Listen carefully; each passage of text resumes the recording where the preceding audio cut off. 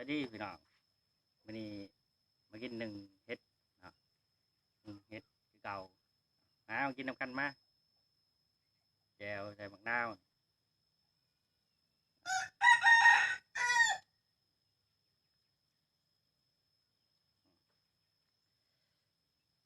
แจว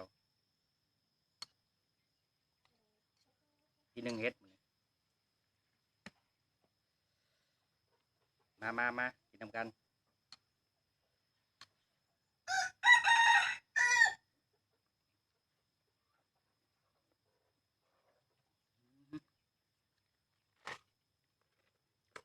แซ่บขักเลยพี่น้อง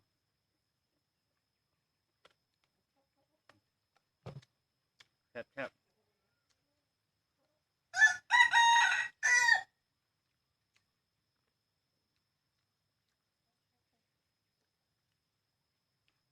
มา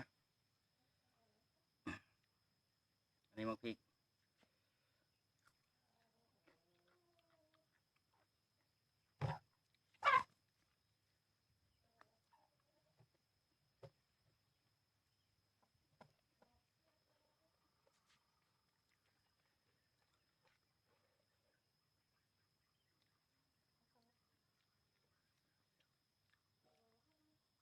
อันนี้หมักสไลด์บ้านเฮา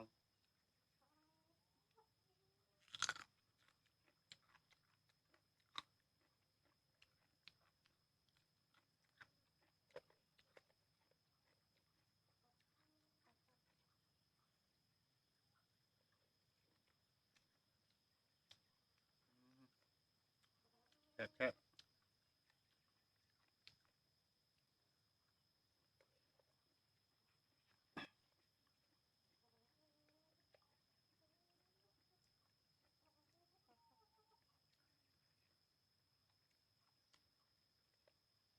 เฮ็ดไปหาเช้านี่เนาะ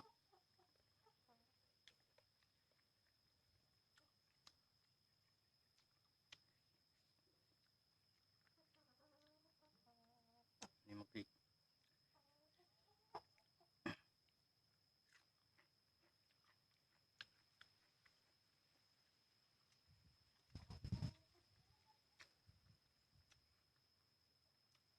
นี่ดอกจุ่ม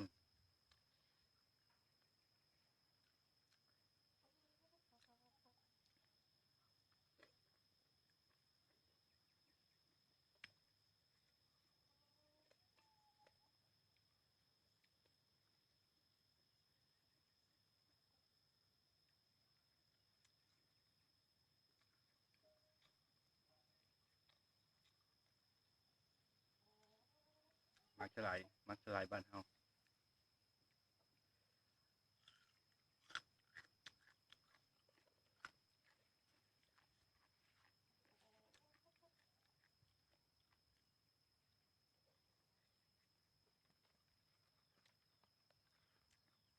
เอา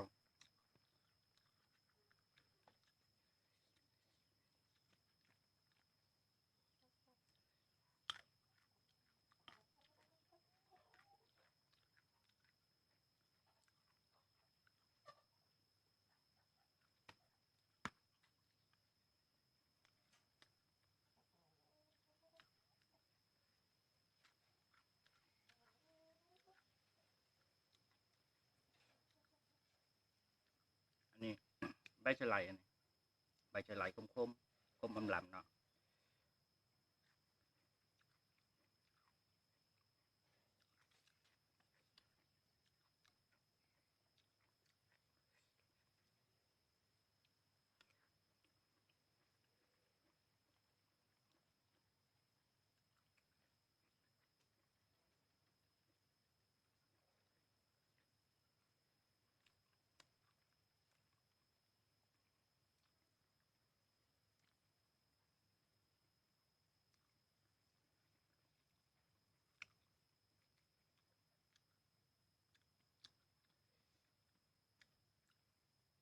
หวานพี่น้องหวานคักเลย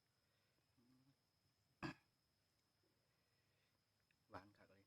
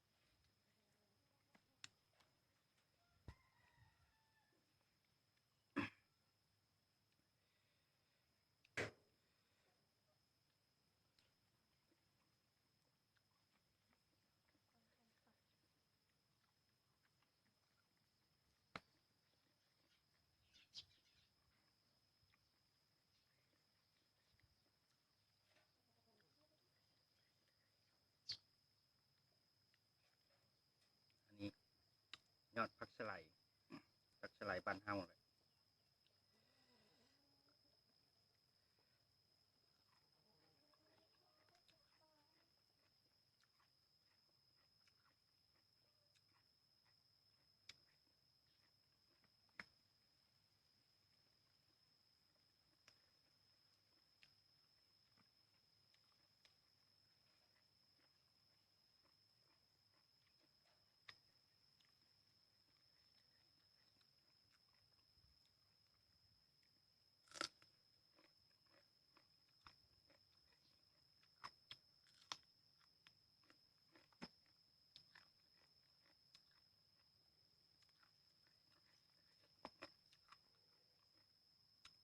ตัวผมขักเลย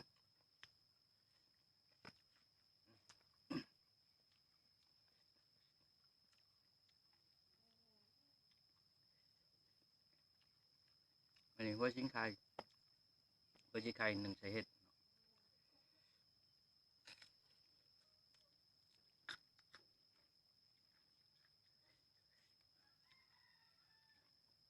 แต่ลายปอกออก